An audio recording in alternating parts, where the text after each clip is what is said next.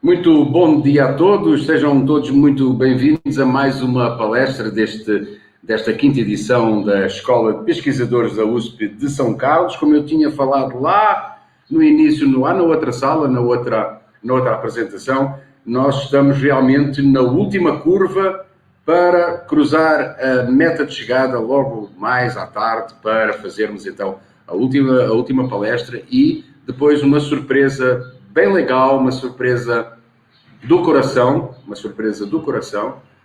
que a organização vai, enfim, oferecer para todos vocês que nos acompanharam nesta quinta edição da escola. Não esqueçam de colocar as perguntas relativas a esta palestra lá no chat do YouTube, para depois nós podermos formulá-las aqui. E não esqueçam também que no final desta palestra vai haver um sorteio destinado a todos os inscritos desta escola e são mais não, eu acho que são mais de 3 mil.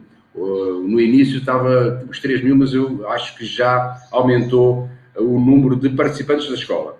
Este sorteio vai oferecer um e-book da Springer e um voucher do curso Zuko Escrita, e que estes prémios serão entregues, obviamente, pela organização aos devidos sorteados, aos felizados. Muito bem. Agora, o que é que vamos ter? Uma palestra super interessante. Esta palestra tem o título de Revisões Sistemáticas, evidenciando a evidência, um trocadilho curioso, e ela vai ser apresentada pelo professor Dr. André Russowski Brunoni, ele que é da Faculdade de Medicina da Universidade de São Paulo, USP. Vamos então acompanhar a palestra do professor André.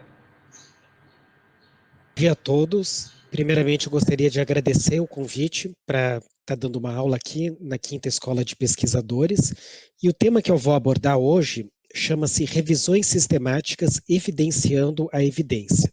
Revisões sistemáticas, como vocês devem ter acompanhado nos 2 últimos anos, por conta do Covid, tem sido muito discutido e é necessário a gente entender um pouco melhor o que as revisões sistemáticas e meta-análises e também a diferença entre elas podem nos ajudar a entender. Bom, queria só me apresentar um pouco antes, no sentido de que eu não sou uma pessoa voltada para a estatística ou conhecimentos da linha de exatas em relação à matemática, né? Eu sou e meta-análises. Eu sou um médico, psiquiatra, faço muitas pesquisas e tenho um grande conhecimento na prática de ser um meta-analista. Eu já escrevi publicações nessa área, então falando de revisões sistemáticas, Systematic Scoping Reviews, que são revisões de escopo, revisões guarda-chuva, né, em inglês Umbrella Reviews, meta-análises, análise de dados individuais de meta-análises e a network meta-análisis, meta-análise de rede.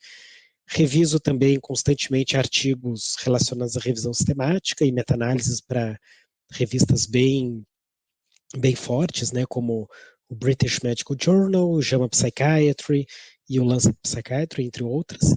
Já fiz 5 edições de curso de pós-graduação, então, para quem também tiver interesse, ano que vem a gente vai abrir, é a disciplina MCM 5908, tem sempre tido uma grande procura, e até pensando nessa grande procura, e por a gente não conseguir englobar todos, por diversas razões, né, distâncias geográficas, e um número mais limitado de alunos, eu comecei em 2020 a fazer, 2021, nesse ano, cursos de extensão de revisão sistemática e meta-análise pelo sistema Apollo da USP, e também tem tido grande procura. A gente já teve mais de 200 alunos. Para quem tiver interesse, eu mostro aqui o curso de revisão sistemática e meta-análise nossos. Quem quiser pode se cadastrar e ficar aguardando na próxima turma. E a primeira pergunta é por que a gente faz uma revisão sistemática e meta-análise? Por que ela é feita? Na verdade, a ideia da revisão sistemática e meta-análise é sintetizar um determinado tema em que haja dúvida na literatura. Então, a gente quer, por exemplo, entender se um medicamento é eficaz para o tratamento de uma determinada condição. Isso vai ajudar a ser respondido por uma revisão sistemática e meta-análise. A gente quer ter um panorama da literatura sobre um determinado tópico. Isso pode ajudar com uma scoping review ou uma revisão guarda-chuva. A gente pode estar interessado em comparar diversos tratamentos entre si.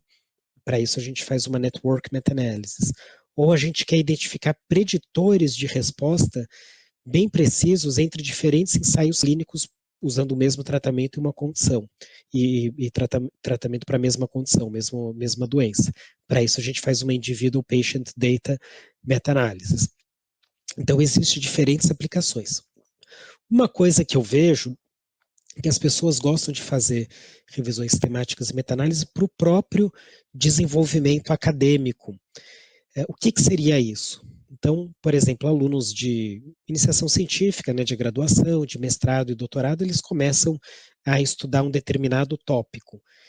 E para entender melhor aquilo que está acontecendo, muitas vezes eles chegam sem tanto conhecimento. Uma ótima maneira de entender melhor o que está acontecendo é através da realização de uma revisão sistemática e meta-análise.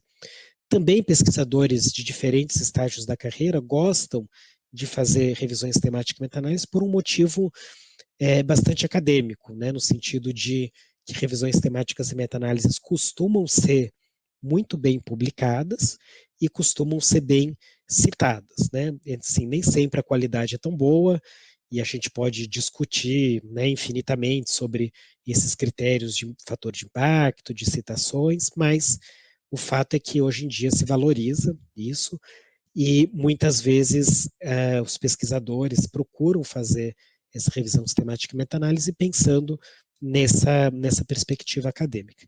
Uma vantagem que eu acho interessante também é que as revisões sistemáticas e meta-análises elas necessitam de relativamente pouco recursos. Então, quem pensa em fazer um estudo clínico, um estudo laboratorial, ou outros tipos de estudos que envolvam coleta primária de dados, isso vai exigir uma grande quantidade de recursos e de tempo disponível durante a semana, horário comercial. Relativamente à revisão sistemática e meta-análise, esse tipo de proposta exige menos recursos materiais. Mas o que eu gosto sempre de lembrar para as pessoas é que revisão sistemática e meta-análise demanda muito tempo também. Então, talvez não seja aquele tempo do horário da segunda a sexta-feira, horário comercial, mas vai demandar, quem se aventurar a fazer revisão sistemática e meta-análise vai demandar muito tempo. Tá? E uma coisa que a gente tenta sempre enfatizar nos nossos cursos, né, e passar também para os nossos alunos, é como otimizar esse tempo através do uso de diversas ferramentas. Classicamente, se coloca essa pirâmide como a pirâmide da evidência. Vocês já devem ter visto muitas vezes essa pirâmide. Basicamente, essa pirâmide coloca na base dela, então haveria um nível mais baixo e mais inicial, é aquela opinião do especialista. O especialista vai lá e fala, eu acho não, né? Na minha experiência, esse tratamento é bom para essa doença. Então, isso seria um nível mais baixo, tá? Depois viria relatos de caso, estudos caso-controle, estudos de coorte, ensaios clínicos randomizados. Isso aqui eu vou discutir alguns slides para frente sobre esse nível, a gente vai ver que nem sempre é assim. E aí, num nível mais alto, está até, né, assim, destacado da pirâmide, como se fosse algo mais acima, no topo, né, no topo da pirâmide, estariam as revisões sistemáticas e meta-análises. Então, o entendimento que se tinha, né, eu já vou explicar porque se tinha, é que as meta-análises, revisões sistemáticas, seriam superiores a um ensaio clínico randomizado, mesmo um ensaio clínico randomizado bem feito, ou mesmo um estudo de coorte bem feito.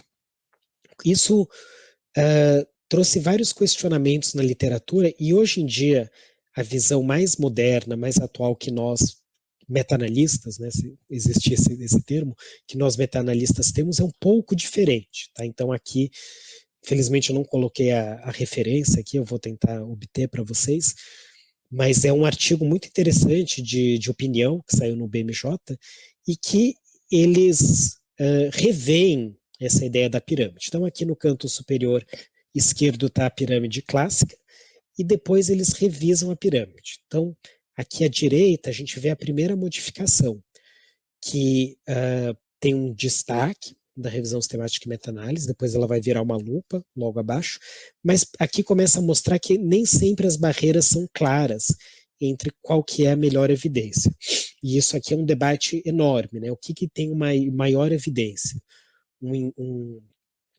Uma coorte de 20 mil, 30 mil, 50 mil pessoas, ou um ensaio clínico randomizado de 1.000 pessoas, né? Vamos supor que você tenha 10 milhões de dólares. Onde que você vai obter a melhor evidência, por exemplo?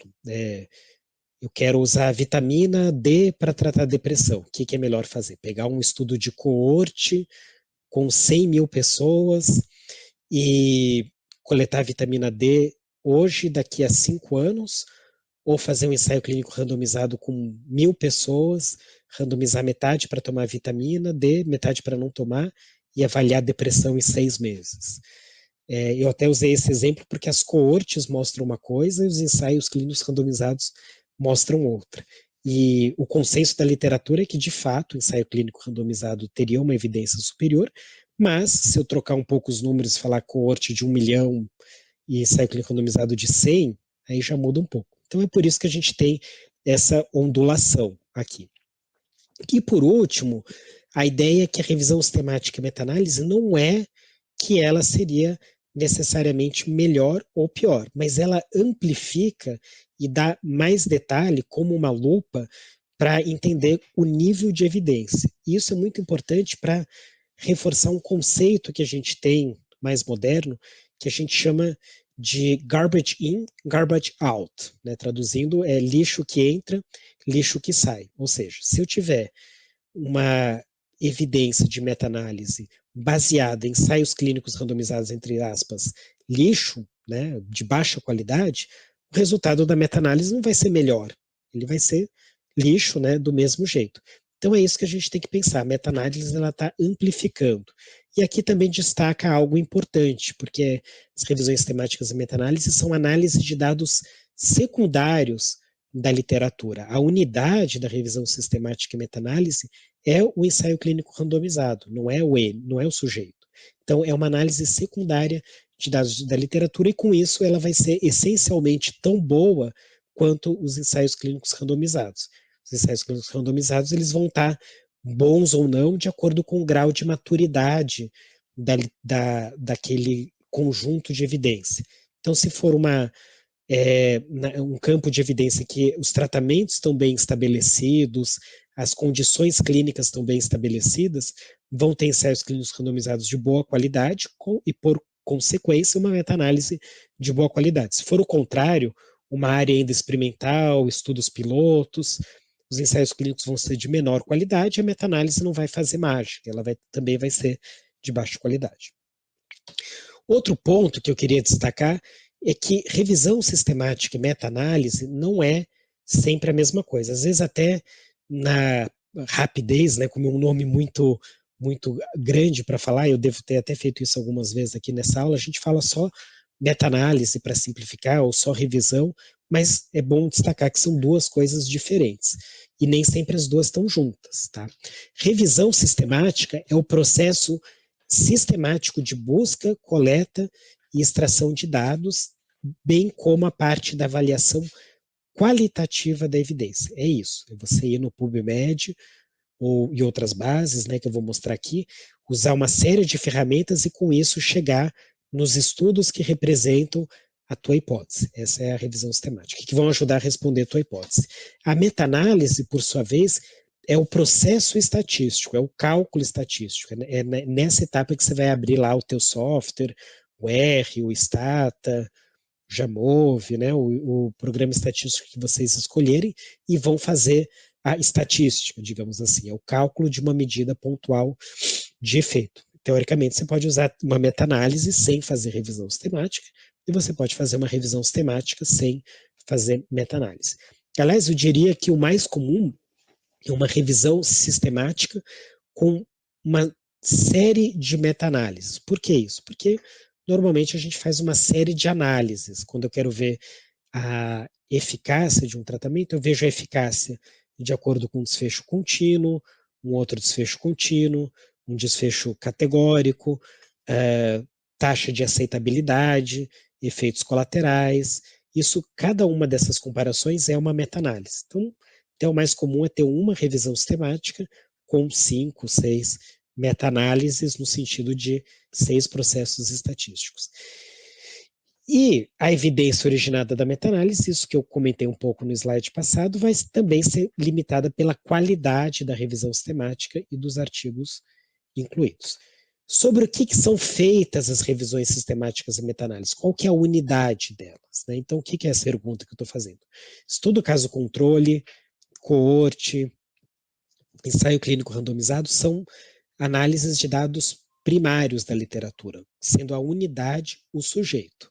Aqui, a unidade das revisões sistemáticas e meta-análises são outros estudos, que podem ser ensaios clínicos randomizados, abertos, observacionais, ou estudos de acurácia, diagnóstico e prognóstico. Eu posso fazer, então, em outras palavras, uma meta-análise de ensaios clínicos, uma meta-análise de estudos de coorte e uma meta-análise de estudos de acurácia e diagnóstico. Eu quero ver, né, então isso tem uma meta-análise recente, que eu quero ver qual que é a evidência da meta-análise dos testes de COVID rápido na literatura. Então, eu vou achar uma série de estudos falando, esse aqui tem sensibilidade e especificidade de tanto, e etc, etc. Isso vai ser uma meta-análise de acurácia. Tá? Posso querer ver qual que é o efeito de um tratamento para o COVID. Então, eu vou pegar ensaios clínicos randomizados, de preferência, se não tiver, eu vou pegar abertos também. Eu quero saber qual que é a prevalência de sintomas pós-COVID na literatura. Provavelmente eu vou buscar estudos observacionais. Tá? E aí aqui eu estou voltando um pouco à pirâmide de evidência, mas no sentido do quê?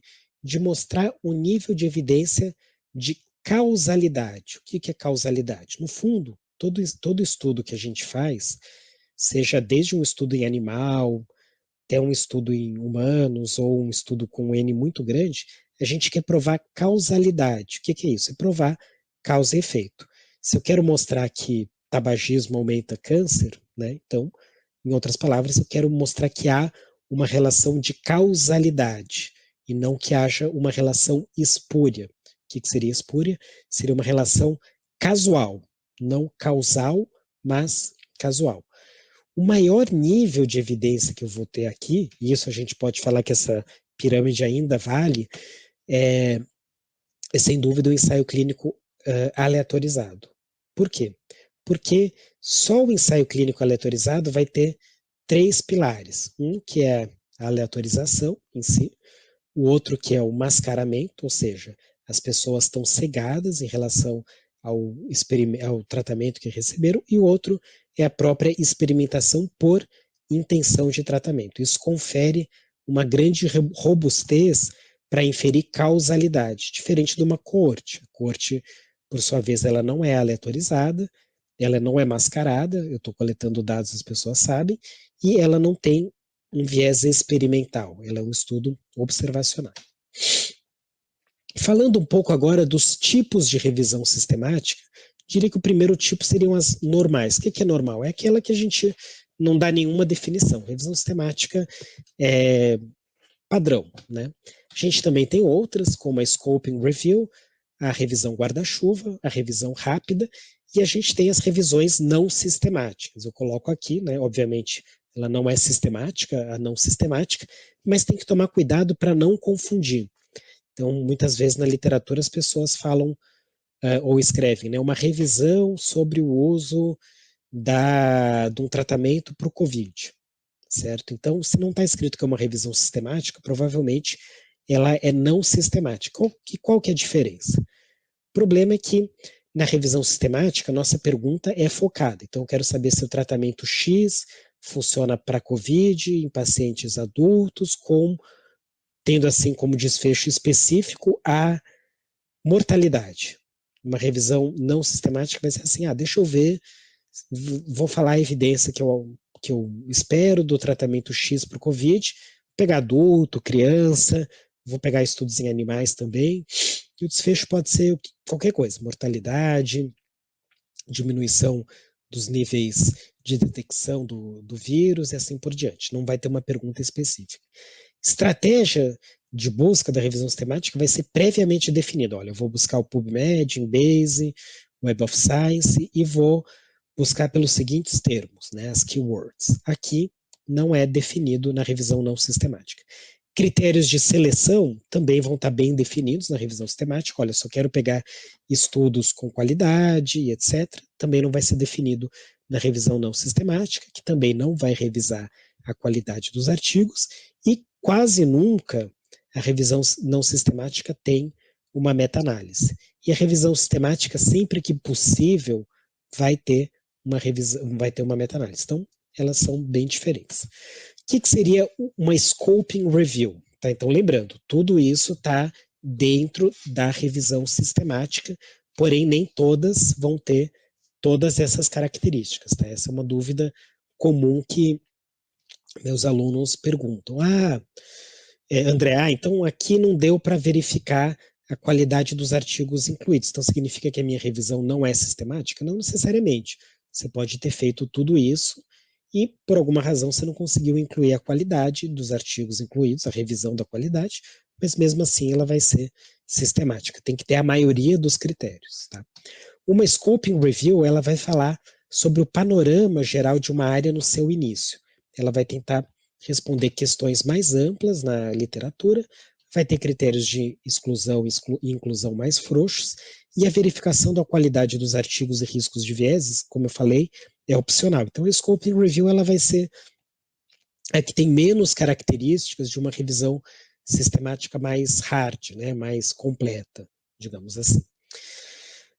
E aqui é um exemplo, aqui é um estudo bem interessante que eu achei de uma série de colegas, né, que resolveram rever o impacto da pandemia para pessoas com transtorno bipolar.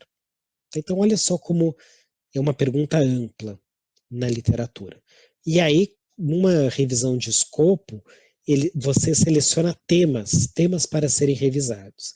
Então, aqui eles selecionaram temas como estressores da COVID no transtorno bipolar, uso de serviços médicos em pacientes com transtorno bipolar, impacto de ter transtorno bipolar e adquirir COVID, e como que as pessoas bipolares usam comportamentos, engage, né? Elas adotam comportamentos preventivos, sei lá, usar máscara, tomar vacina, né? Qual que é a diferença aqui? Os autores pré-especificaram esses temas. Então, se vocês forem ver, na verdade teria que ler o paper, mas eles não conseguiram necessariamente responder essa pergunta, por exemplo, a terceira pergunta. Eles não acharam papers falando que pessoas bipolares teriam mais risco. Tá? Isso é só um exemplo. Então, a diferença é que isso estava sistematizado. Eles identificaram os temas que eles queriam estudar, mas não acharam os dados. Isso que é uma diferença de uma revisão sistemática para uma não sistemática. A revisão guarda-chuva vai ser quase que o contrário do Scoping Review. Ela vai mostrar o panorama geral de uma área já amadurecida. Ela também é conhecida como revisão de revisões. Por quê? Porque aqui a unidade da Umbrella Review não é nem o ensaio clínico, e sim a própria revisão.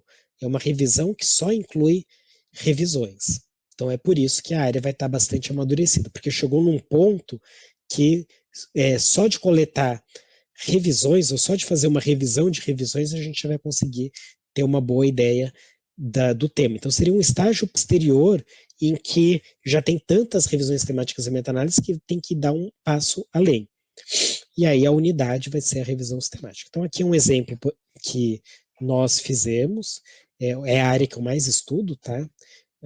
Técnicas de neuromodulação não invasiva, e era uma modalidade, quando eu comecei a estudar isso já quase 15 anos atrás, ela estava bem na infância. Eu lembro do primeiro meta-análise que foi feita com uma das técnicas, foi em 2012, tinha 98 pacientes, nenhum estudo randomizado. Mudou muito em 10 anos e agora tem uma profusão de técnicas. E aí, por isso, a gente resolveu fazer uma umbrella review. Então, a gente resolveu revisar só meta-análises de ensaios clínicos randomizados, ou seja, só meta-análises, e a gente identificou aqui. Então, aqui os estudos que estão escritos são revisões sistemáticas e meta-análises. Aqui a gente queria meta-análises com diferentes intervenções e dando medidas sumárias de efeito. E com isso eu consegui comparar uma eficácia relativa entre as intervenções. Mas, bom lembrar, não tem nenhuma análise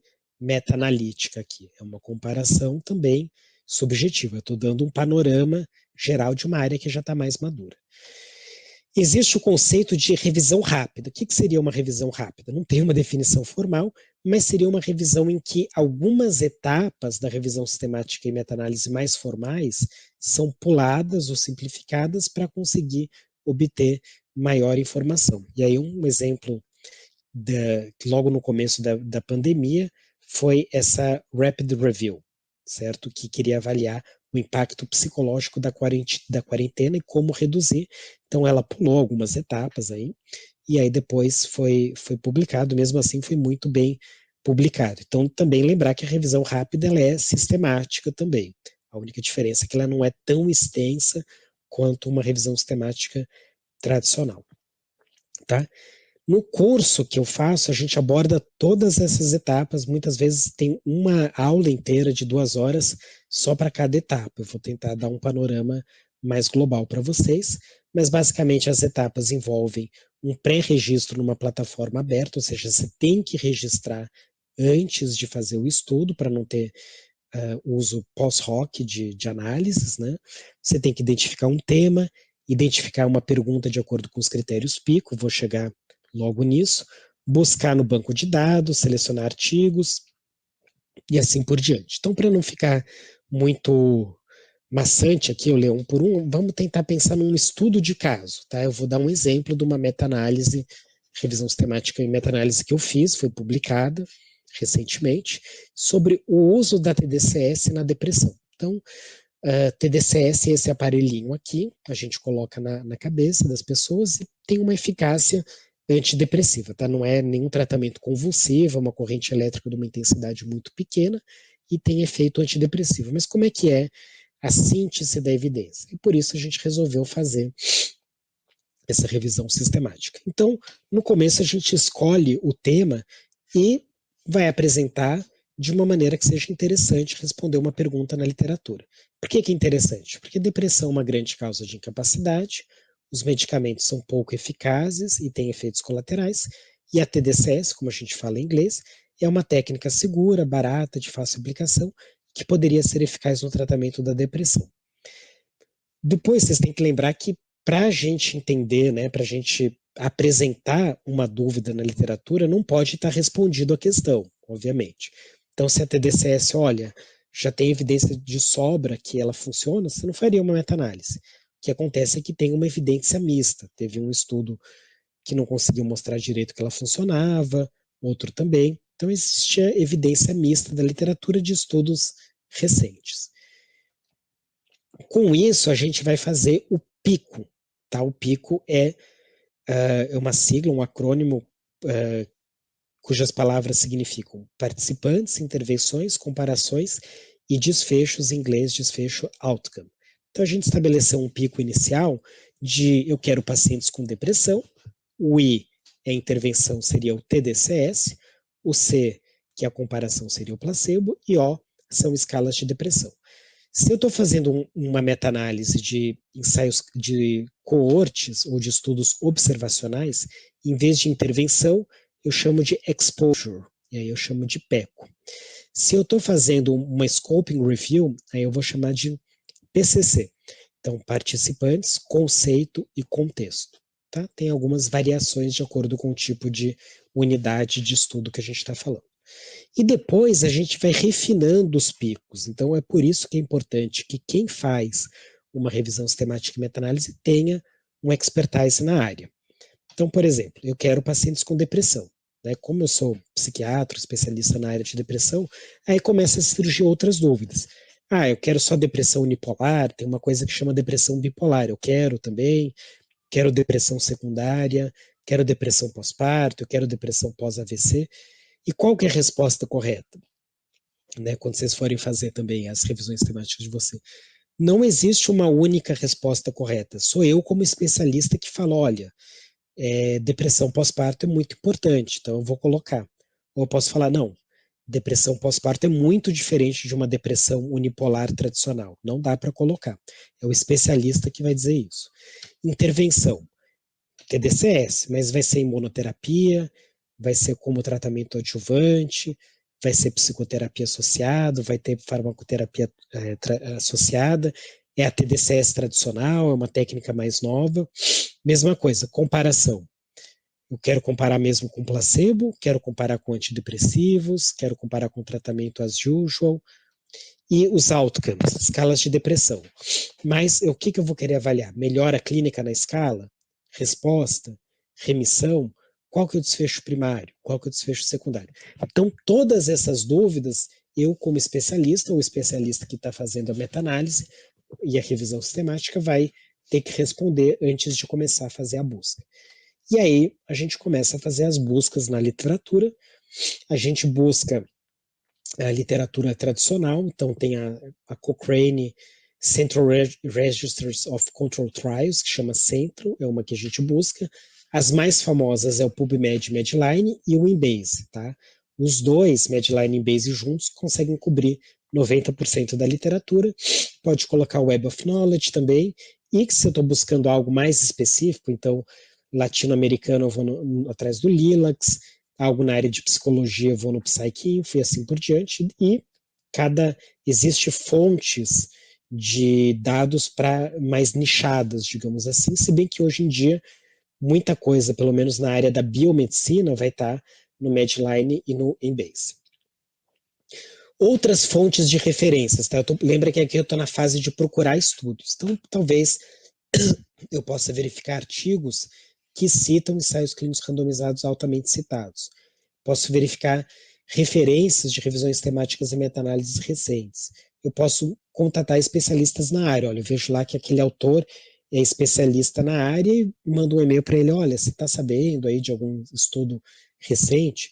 Eu posso buscar nos anais de congressos, nos proceedings, posso buscar no clinicaltrials.gov, posso buscar nos preprints, posso seguir especialistas, né? Talvez aqui não vai ser um contato por e-mail, mas talvez seja um especialista muito ativo no Twitter, nas redes sociais, no Facebook, etc. Eu vou segui-lo, tá? Isso aqui é o que a gente chama de literatura cinzenta, não é uma indexação formal, mas é uma maneira de eu achar esses dados.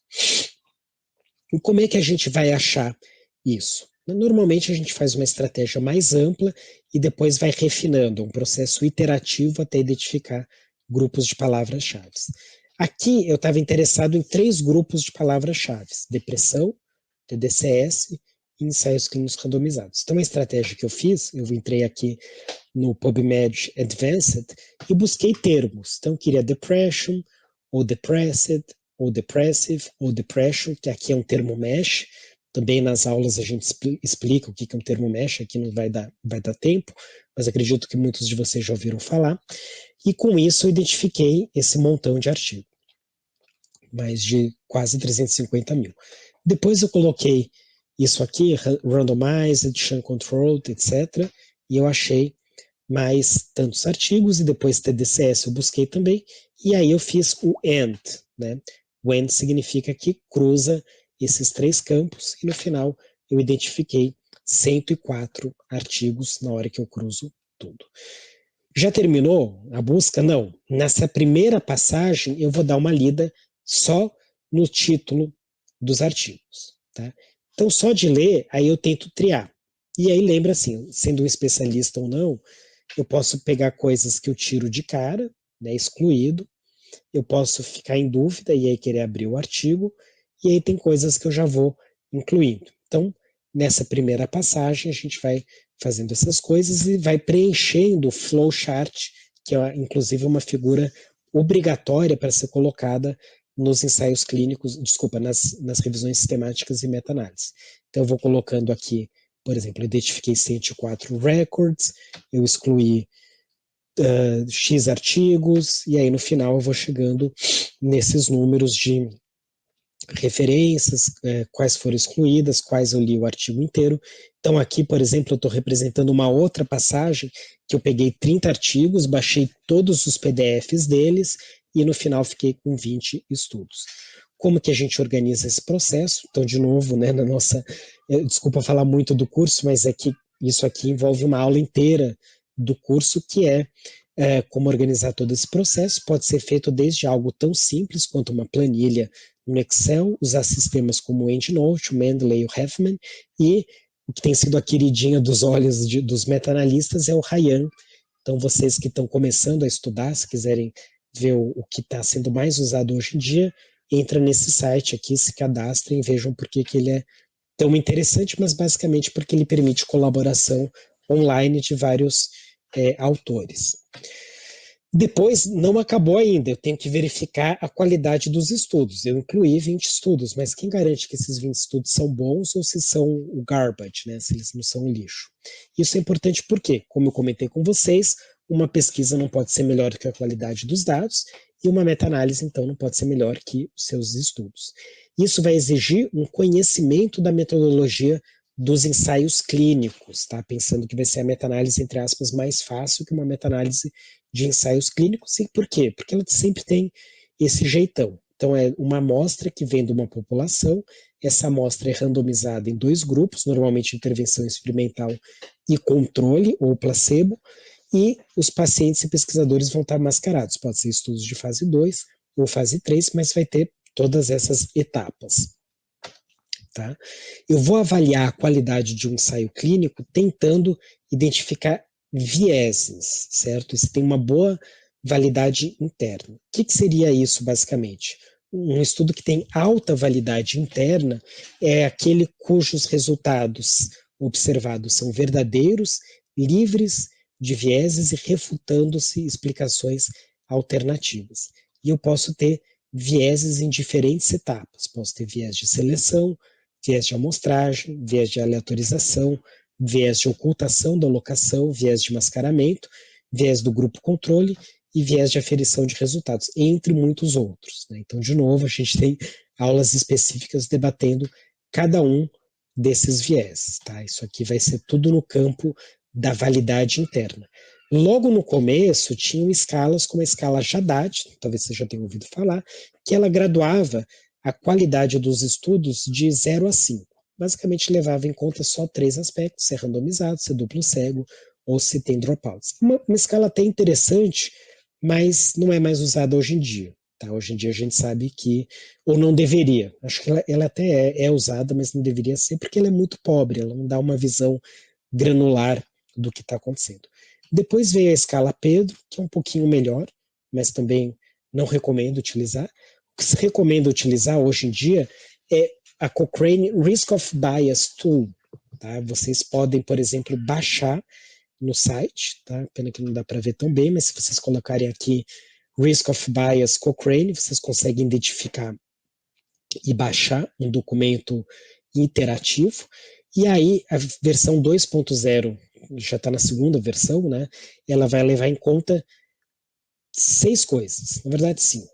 Uma é randomização, outro desvio em relação à intervenção desejada, isso aqui está incluindo um pouco de cegamento, dados faltantes, mensuração do desfecho e reporting seletivo de outcomes. Então, basicamente, aqui é todo o organograma, né, do Cochrane Risk of Bias. Randomização vai ver se houve falhas na randomização e na alocação. Assignment vai verificar um pouco de cegamento. Adesão vai verificar um pouco de dropouts. Missing data vai verificar um pouco de cegamento também, vai verificar um pouco de dados faltantes. E vieses por mensuração de desfecho, essa aqui, desculpa, que vai ter um pouco de cegamento e de escala, qualidade da escala, e viés por reportar qualidade, reportar parcialmente os dados. Então, de novo, né, isso a gente debate muito nas nossas aulas, como utilizar essa ferramenta. E tem que ter um certo conhecimento a priori de ensaios clínicos randomizados. No final, e aqui um exemplo do resultado do Quality Assessment, é estudo por estudo, tá? Vocês estão vendo aqui, ó, estudo por estudo, sendo avaliado cada um desses processos e no final vendo um viés. Então, olha só, tinha lá os 20 estudos, mas desses 20, 4 eram muito ruins e 2 tinham uma qualidade suspeita. Tá? Então, provavelmente, a melhor evidência não vai vir desses 6 e sim dos demais.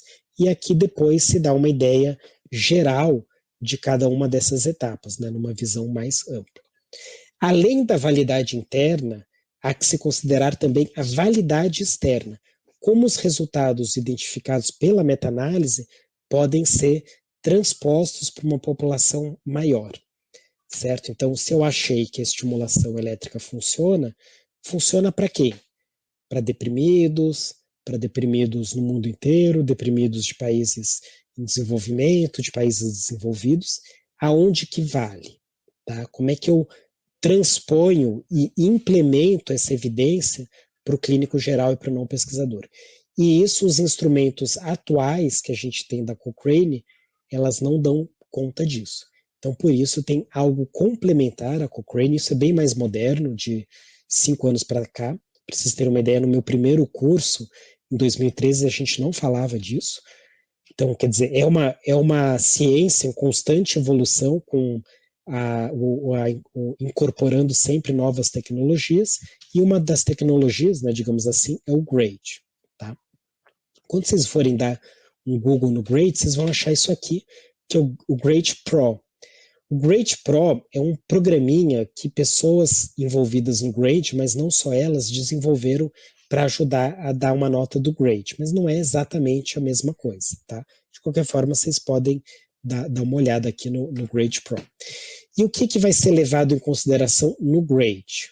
Tá? Então, é tudo isso, não avaliando apenas o risco de viés, que é toda essa área da Cochrane, mas vai avaliar outras coisas que a gente chama de inconsistência, efeitos indiretos, imprecisão e viés de publicação.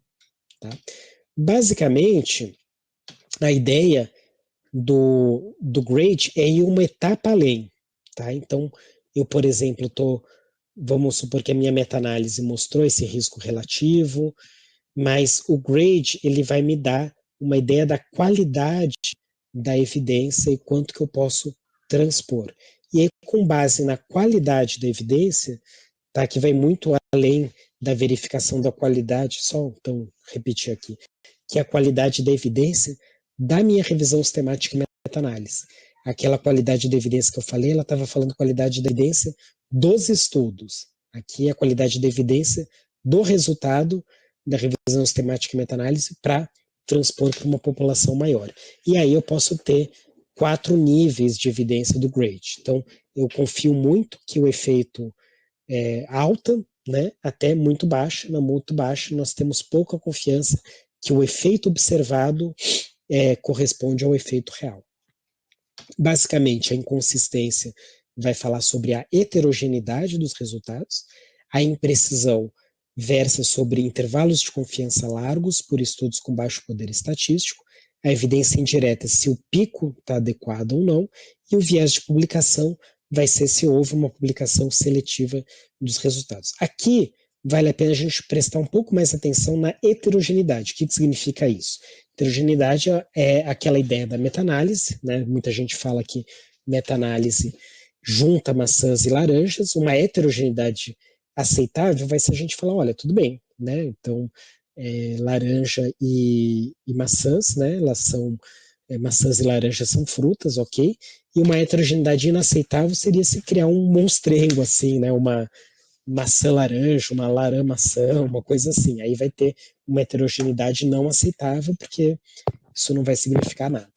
Heterogeneidade pode ser de vários tipos, clínica, metodológica e estatística, ou melhor dizendo, quando a gente se refere à heterogeneidade, pode estar se referindo a esses 3 conceitos, muitas vezes estão sobrepostos ou interpostos. A heterogeneidade clínica é a característica dos pacientes e das intervenções variar ou não, ser heterogênea ou não. A metodologia heterogênea vai ser se o desenho do estudo varia ou não. E a heterogeneidade estatística é uma mensuração quantitativa que a gente faz. Imprecisão, como eu falei para vocês, os resultados são imprecisos quando os intervalos de confiança são largos. Aqui a gente tem algumas questões que verifica para aferir a imprecisão ou não.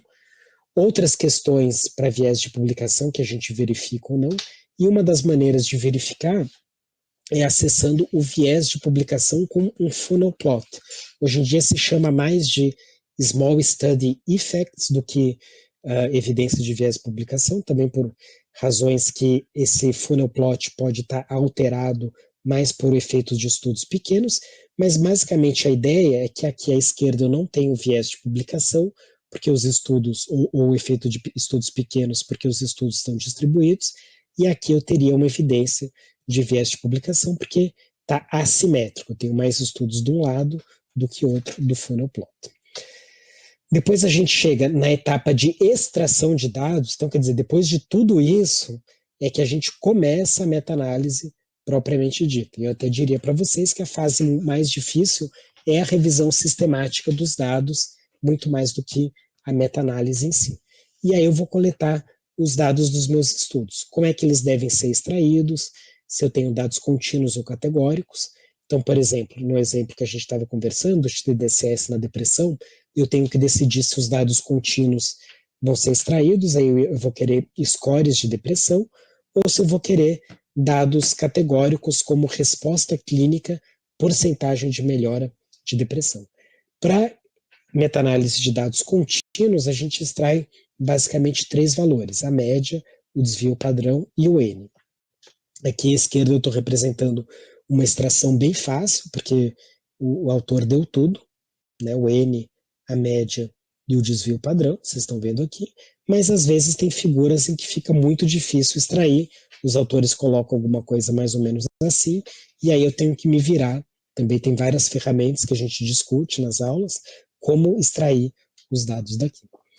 Dados categóricos, resposta e remissão, vai ser um número de eventos, de respondedores e não respondedores, e aí eu vou realizar a meta-análise propriamente dita depois de extrair os dados. Meta-análise, como eu comentei com vocês, é uma técnica estatística que, de 2 etapas. Tá? Então, primeiro eu calculo o tamanho de efeito para cada estudo, então o valor pontual é calculado para cada um desses estudos, e depois eu calculo o tamanho de efeito global.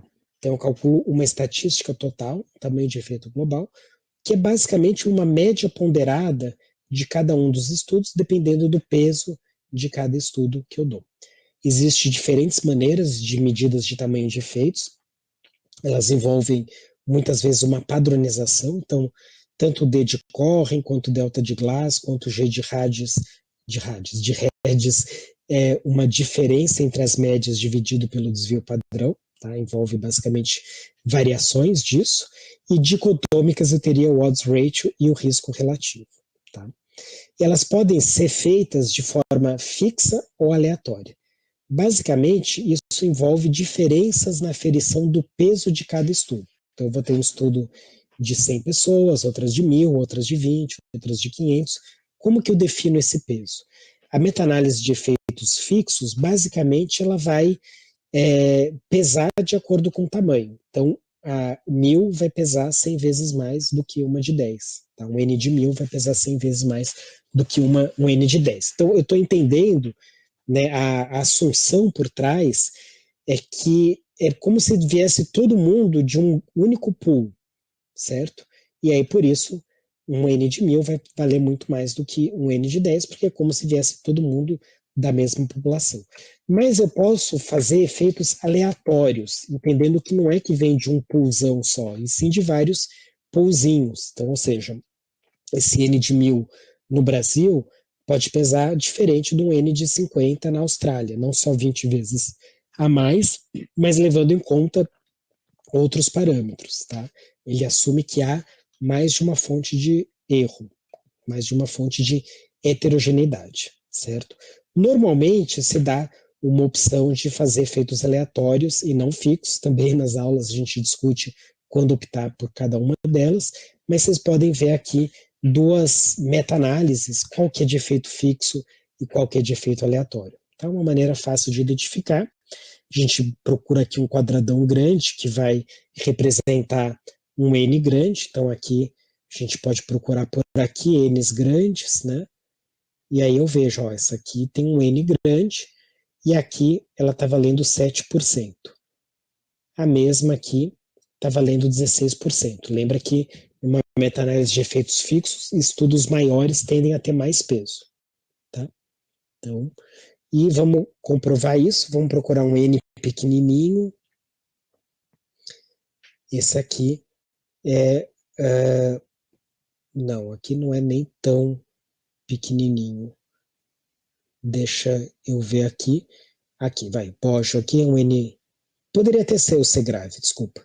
Então aqui o C-grave eu tenho valendo 4,4% e aqui 2,89%. Então, de novo, né, aqui é um efeito fixo, estudos grandes pesam muito, estudos pequenos pesam um pouco, e aqui olha só como aproximou. Né, o C-grave está valendo 4,3%, esse aqui, Brunoni, está valendo 7,2%. Então, quer dizer, aqui é bem maior e está pesando só 50% a mais. Aqui está pesando 8 vezes a mais, certo? Mas, interessantemente, como tem um N bastante grande, não muda muito as conclusões, tamanho de efeito é basicamente o mesmo. Olha só que interessante. Outras ferramentas meta-analíticas que ajudam a identificar vieses, também não vai dar para cobrir em detalhes aqui, mas é o I-squared, o Q de Cochrane, análise de sensibilidade, o funnel plot e as meta-regressões. Tem 2 casos especiais de meta-análises que a gente se depara muito na literatura e que eu vou comentar aqui. A Individual Patient Data Meta-Analysis e a meta-análise de rede. A IPD, ela faz o contraste com a meta-análise de dados agregados. Tá? Uma meta-análise tradicional, ela faz uma estimativa pontual do tamanho de efeito de um determinado estudo, certo? O que significa isso? Vou dar um exemplo prático para vocês. Vamos supor que eu quero ver se sexo, né, se gênero, se, por exemplo, TDCS para depressão funciona melhor em homens do que mulheres. Tá? Então, eu quero ver efeitos, né, efeitos de gênero, efeitos de sexo. Se eu tiver 10 estudos e 5.000 pessoas, a minha meta-regressão, né, a regressão que eu for fazer para identificar efeitos de sexo, ela vai considerar esse N de 10 e não o N de 5.000. Por quê? Porque a unidade da meta-análise é o estudo. Eu só tenho efeitos de dados agregados. Se eu faço uma individual patient data meta-análise, eu tenho o acesso de dados de cada indivíduo. Então, eu vou conseguir fazer uma meta-regressão com 5.000 pessoas e não com 10 estudos. E aí, claro, eu vou ter um poder muito maior. Tá? Então, aí a gente já vê a grande vantagem, mas também vocês conseguem perceber qual que é a grande dificuldade. Eu vou ter que convencer esses 10 autores dos 10 estudos a me darem dados de todo mundo. E aí pode ter uma série de barreiras que vai muito além da má-fé. Tá? Então não é que, nossa, o autor manipulou os dados, ele não pode dar. Não, é muito mais pragmático. Né? Então, pode ser que o autor já se aposentou, esteja de licença maternidade, tudo exemplos reais. Tá? Então, eu pedi dados aí, um autor estava aposentado, a outra estava de licença maternidade na Dinamarca, que é 1 ano de licença, o outro lá tinha feito em alemão e não conseguia traduzir para o inglês, porque não tinha recurso para isso, o outro estava super despadronizado, e assim por diante, o outro não queria dar. Então, na prática, é muito mais difícil, mas quando a gente consegue, é muito bom. A outra coisa é a network meta-analysis. Tá? Uma meta-análise tradicional é sempre uma comparação entre 2 e só 2 grupos. Tá? Então, uma maneira de vocês pensarem assim, eu consigo fazer meta-análise disso? Primeira pergunta que eu sempre faço para os meus alunos é, você tem 2 grupos? Né? Não, tem um grupo só, então não dá para fazer meta-análise. Eu quero fazer uma meta-análise de prevalência de depressão. Tá, qual que é o outro grupo? Não tem, então não dá para fazer. Você pode comparar com grupos não deprimidos, mas sempre tem que pensar na comparação de 2 grupos. Eu quero ver o efeito do tratamento para uma doença. Tem 2 grupos? Não, então você não vai fazer essa meta-análise. Tá? A network meta-análise é o contrário, ela tem a vantagem de ter várias comparações que podem ser feitas. Vamos supor que eu tenho 10 grupos, eu faço a comparação de 10 grupos ao mesmo tempo. Então, aqui na analogia que a gente fez, chega lá a pera e aí vai comparar com as maçãs e com as laranjas. Aí eu vou ter vários grupos. Tá?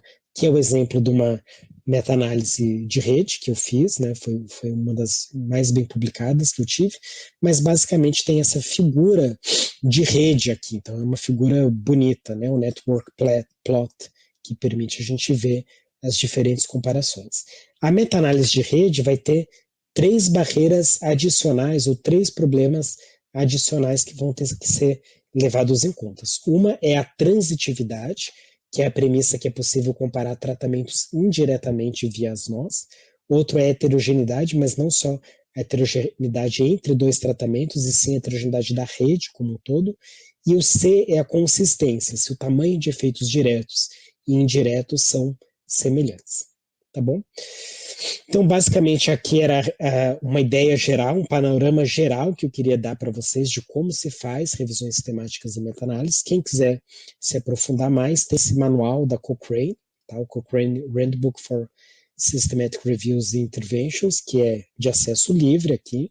Tem o GRADE, tá? Que é uma outra maneira de vocês fazerem revisões sistemáticas e meta-análises. Podem entrar nesse site. Como eu comentei algumas vezes, o nosso curso de revisão sistemática e meta-análise. Obrigado pela atenção de vocês, e agora eu estou à disposição para a gente debater eventuais dúvidas sobre a minha aula. Muito obrigado. Muito obrigado, professor André. Realmente é espetacular. E não há palavras até para descrever a importância dessa sua palestra. E, aliás, isso está bem demonstrado pelas perguntas que nos chegaram. Mas antes de eu passar para as perguntas, professor André, eu gostaria de chamar aqui o professor Valtencir Zucoloto para compartilhar também a nossa satisfação, a satisfação da organização, pelo fato do senhor ter aceito este convite e ter ministrado, desculpa a expressão, esta magnífica aula. Professor Valtencir, por favor. Obrigado, Rui.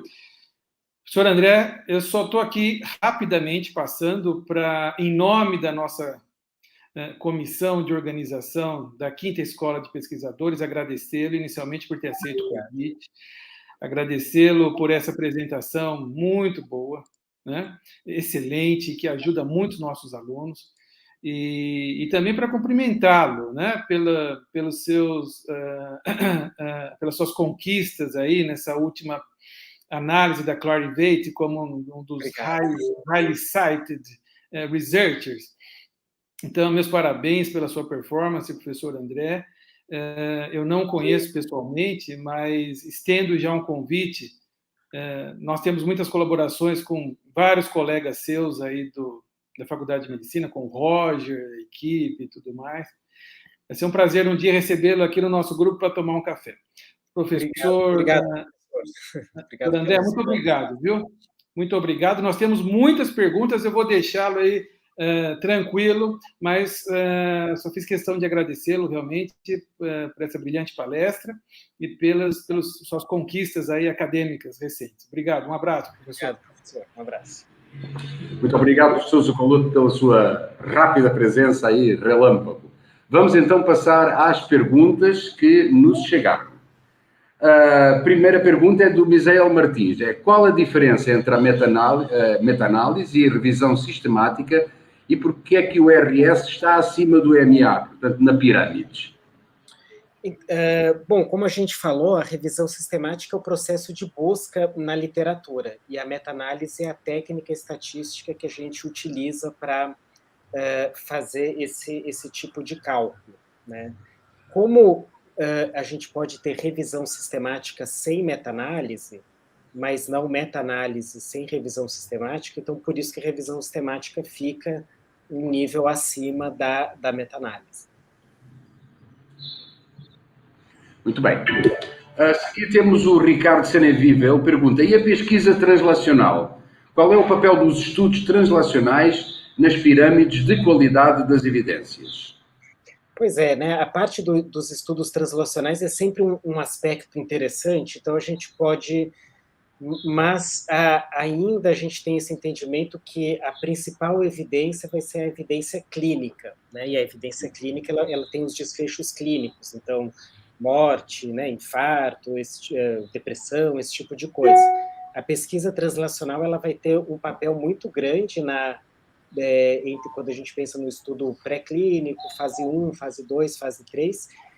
Isso é um tópico específico, né, dentro dos ensaios clínicos randomizados, e como que a gente lida, na verdade, em alguns aspectos, né, na hora de pensar no grade ou em avaliar a importância do desfecho, quando a gente tem um desfecho não clínico, acaba tendo uma menor importância na pirâmide da qualidade da evidência. Então, é assim que a gente lidaria.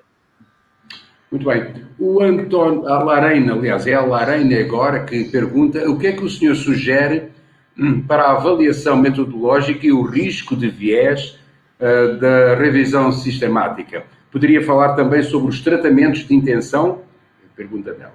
Sim, na verdade, o que a gente mais utiliza hoje para avaliação do risco de viés é a Cochrane Risk of Bias Tool, né, a versão 2.0, que foi lançada em 2019, se eu não me engano.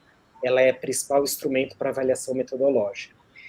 O tratamento de intenção, intention to treat, seria a abordagem ideal, né, nos ensaios clínicos randomizados, fazer por intenção de tratamento e não por casos completados. Então, isso tem um nível de evidência maior também. Muito bem. O Antônio Carlos Seba pergunta, professor André, onde se situa na pirâmide a revisão integrativa? Qual a principal diferença entre ela e a revisão sistemática? Isso é uma pergunta interessante. A gente pode entender que a Scoping Review seria um termo usado nas ciências biomédicas que corresponderia à revisão integrativa quando a gente fala mais em ciências humanas, sociais. Dentro das revisões sistemáticas, eu considero ela pode ser uma revisão sistemática, existe a Systematic Scoping Review, quando ela segue alguns critérios de busca, principalmente em bancos de dados. Então, ela pode ser adaptada para uma revisão sistemática e ela vai ter um peso bem maior comparando quando ela não é uma revisão sistemática. Entendi. A Ana Carolina Guanabens pergunta qual é o papel de estudos in vitro e in vivo para a transposição bench to bedside e sobre as meta-análises nesses estudos. Eu sei que esse ponto é controverso, acrescenta ela. Sim, os estudos in vitro, né, ou pré-clínicos, ou mesmo em humano, na verdade em animais em vivo, eles são importantes, né, para gerar hipóteses. Então, eles se utilizam modelos mais mecanísticos, né, nesses estudos pré-clínicos, para gerar hipóteses que podem ser testadas posteriormente em estudos clínicos, né? Então, até um exemplo da minha área, né, eu sou psiquiatra, a gente tem modelos animais, por exemplo, de depressão, né, que, por exemplo, eles ficam numa maze, num labirinto, e animais com depressão, eles têm um comportamento diferente, ou não entram no labirinto, e isso melhora com antidepressivos. Então, acaba sendo até a primeira etapa, né? Se o animal não melhora com antidepressivo, nem vai para a segunda etapa. Meta-análise nesses assuntos é controverso mesmo, né? Porque até a própria metodologia de fazer um estudo mais in vitro, ela não segue nem sempre segue todas as etapas da metodologia de um ensaio clínico. Ela é mais vai e volta, né? Então, por exemplo, nesse exemplo que eu dei, trabalha com 10 animais, aí mede o comportamento, sacrifica o animal, mede a quantidade de alguma coisa no cérebro, vê o que achou, aí volta. Então, não tem todas essas etapas bem definidas. Por isso que acaba sendo um pouquinho mais complexo a questão da meta-análise. Certo. O Misael Martins pergunta, Scoping Reviews é a mesma coisa que Overview? Não, overview é a revisão de revisões, né? E a scoping review é a revisão de um tema, normalmente nas suas fases iniciais. O overview, como é uma revisão de revisões, é um ponto muito mais avançado da literatura. Entendi. Entretanto, a Tainara pergunta, Umbrella Review e Guidelines, qual seria a melhor? Não sei o que ela quis dizer, esse termo guidelines a gente não usou nesse contexto, né? Mas aí até tentando responder, a gente não eu diria que é principalmente o objetivo da tua revisão, né? Então, não existe uma necessariamente melhor que a outra. De acordo com a sua hipótese de pergunta, pode ser melhor responder usando uma scoping review, ou uma meta-análise. Isso não tem uma resposta única, né? Vai depender da sua hipótese e do que você acha que a literatura consegue responder. Muito bem. Entretanto, o Misael Martins, que tinha há pouco perguntado para o professor André se scoping reviews era a mesma coisa que overview, e que essa pergunta foi respondida, ele acrescenta, seria a umbrella review a mesma coisa que overview, agora já neste contexto? A umbrella review pode ser considerada, sim, seria um termo que a gente usaria, overview ou revisão de revisões. Certo. A Cláudia Almeida pergunta, quais as melhores referências para a revisão de escopo? Ok, eu não estou com as referências aqui, não sei se a gente pôs na aula ou não, mas senão eu poderia enviar algumas referências recentes sobre revisão de escopo. Beleza. Misael Martins volta novamente a perguntar, ele afirma que é da engenharia, e ele pergunta se existe alguma plataforma aberta na área dele para registrar uma revisão sistemática que possivelmente ele venha a fazer. Você pode registrar na OSF, né, que é o Open Science Framework, se não me engano, é aberto para registrar todos os protocolos, a gente registra os nossos lá também, e é multidisciplinar, então todas as áreas do conhecimento podem registrar. Muito bem, ele continua com questões e pergunta, é comum uma revisão sistemática ser feita junto com uma revisão bibliométrica?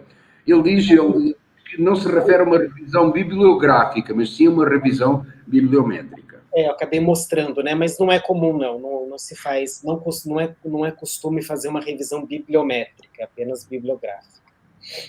Muito bem. A Brianda, esse nome não me é estranho. Brianda tem uma dívida comigo em termos de chocolates, mas vamos em frente. A Brianda pergunta, você poderia falar um pouco sobre os protocolos de revisão sistemática? Isso acho que a gente mostrou um pouco na aula, né?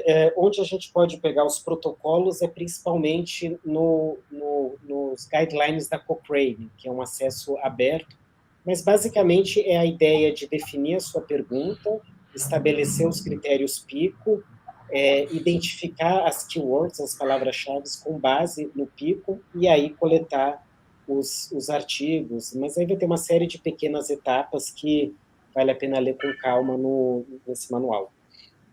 Muito bem. O António Cardoso pergunta como lidar com o grande número de desfechos avaliados em um estudo para sumarizar o tamanho de efeito em uma meta-análise.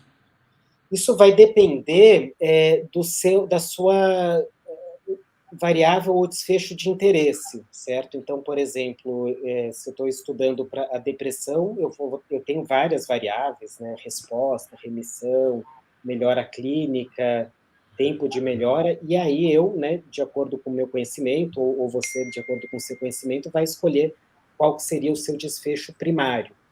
Então, é assim que vai escolher, com base no conhecimento, o que a literatura está mais interessado. Por outro lado, nada te impede de extrair todas as informações necessárias e fazer, né, mais de uma meta-análise, fazer várias meta-análises, cada uma com desfecho separado. Muito bem, a Brianda, mais uma pergunta dela. E ela pergunta, e os softwares para auxílio à revisão sistemática? E a literatura cinzenta, incluímos em revisão sistemática ou não? Softwares tem vários, né? O EndNote pode fazer, por exemplo, o Mendeley, todos a gente pode utilizar, pode não usar software, pode baixar direto do PubMed. O que eu tenho recomendado mais não é exatamente um software, é uma página, né, da internet que é o Ryan. Ryan é o que a gente mais usa, RAYYAN. Literatura cinzenta, o ideal é sempre tentar incluir, ou pelo menos acessar, né? Mas a gente sabe que tem várias dificuldades e na prática nem sempre a gente consegue. Claro. O Ricardo coloca duas perguntas, eu vou colocar a primeira. Professor André, o senhor poderia falar um pouco sobre a pesquisa translacional? Qual o papel dos estudos translacionais nas pirâmides de qualidade das evidências? Isso acho que a gente respondeu um pouco, né, anteriormente. Então, o translacional ela é importante para gerar hipóteses, para confirmar hipóteses, mas quando a gente fala em qualidade de evidência, e nesse contexto de revisão sistemática e meta-análise, é principalmente para gerar uma evidência de uso clínico, né? Então, é aquele ponto da literatura em que a gente quer dizer para a comunidade, não necessariamente científica, né, mas assim, interessados, então um médico que não seja um cientista, um engenheiro que não seja um cientista, é levar para ele a informação. E aí a melhor informação a ser levada é uma informação clínica mesmo, né, não translacional. Translacional é mais no reino da pesquisa, mais que a gente está interessado. Exato. E dentro desse tema, ele pergunta, a pesquisa translacional pode, claro, em sua opinião, ser um caminho profícuo para a integração de evidências de laboratório, estudos clínicos e estudos populacionais? É claro, cada vez mais, né? Cada vez mais a gente tem visto os pesquisadores de diferentes áreas trabalharem translacionalmente. É fundamental que eles dialoguem entre si, né? O pessoal do pré-clínico, do clínico, do populacional, sem dúvida. Muito bem, o Alessandro pergunta qual a diferença entre revisão sistemática e mapeamento sistemático em termos estruturais?